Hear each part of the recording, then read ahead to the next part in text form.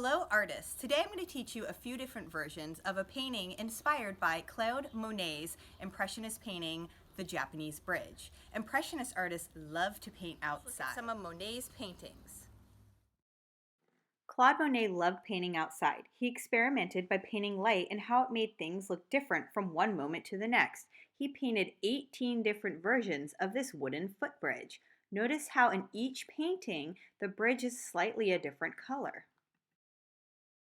I'm going to teach you how to do all 4 of these artworks, and you can choose one or more depending on what supplies you have at home.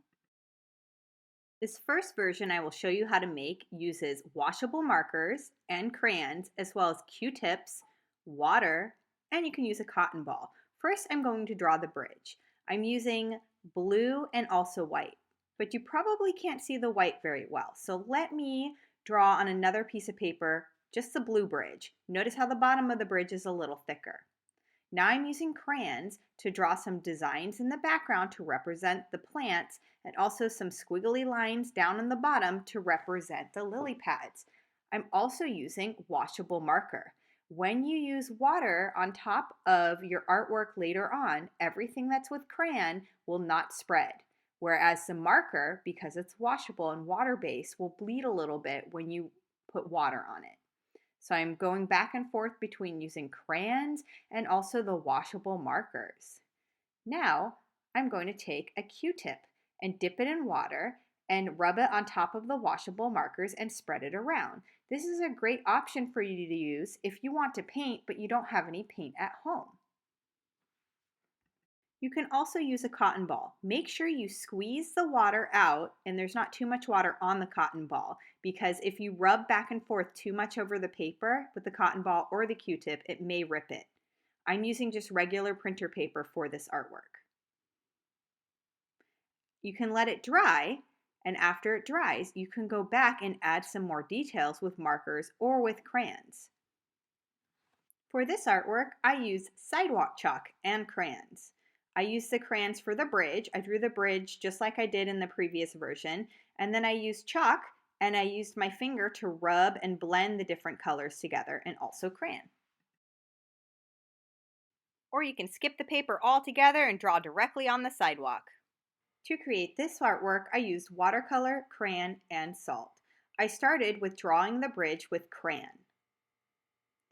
When you use crayon and watercolor, the crayon will resist the watercolor, which means when you paint over your design in crayon, you can still see it and it won't be covered by the watercolor. I drew my bridge with white. I know you can't see it, but you can look back at the previous versions to see what it looks like when you draw it. You don't have to use white, you can use a different color.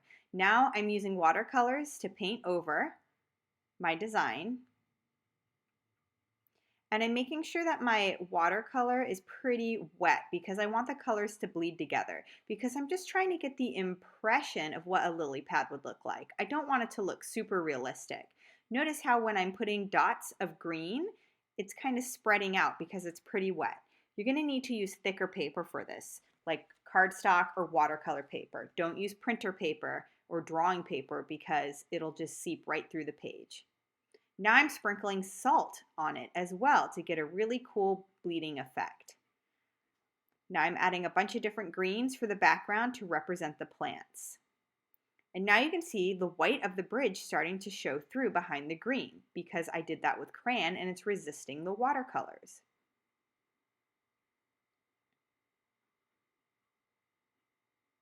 Let your painting dry and you can go back and add more details with more paint or with crayons. I didn't like how the white of the bridge was showing up, so I decided to add some blue on the bridge as well to make it pop a little more.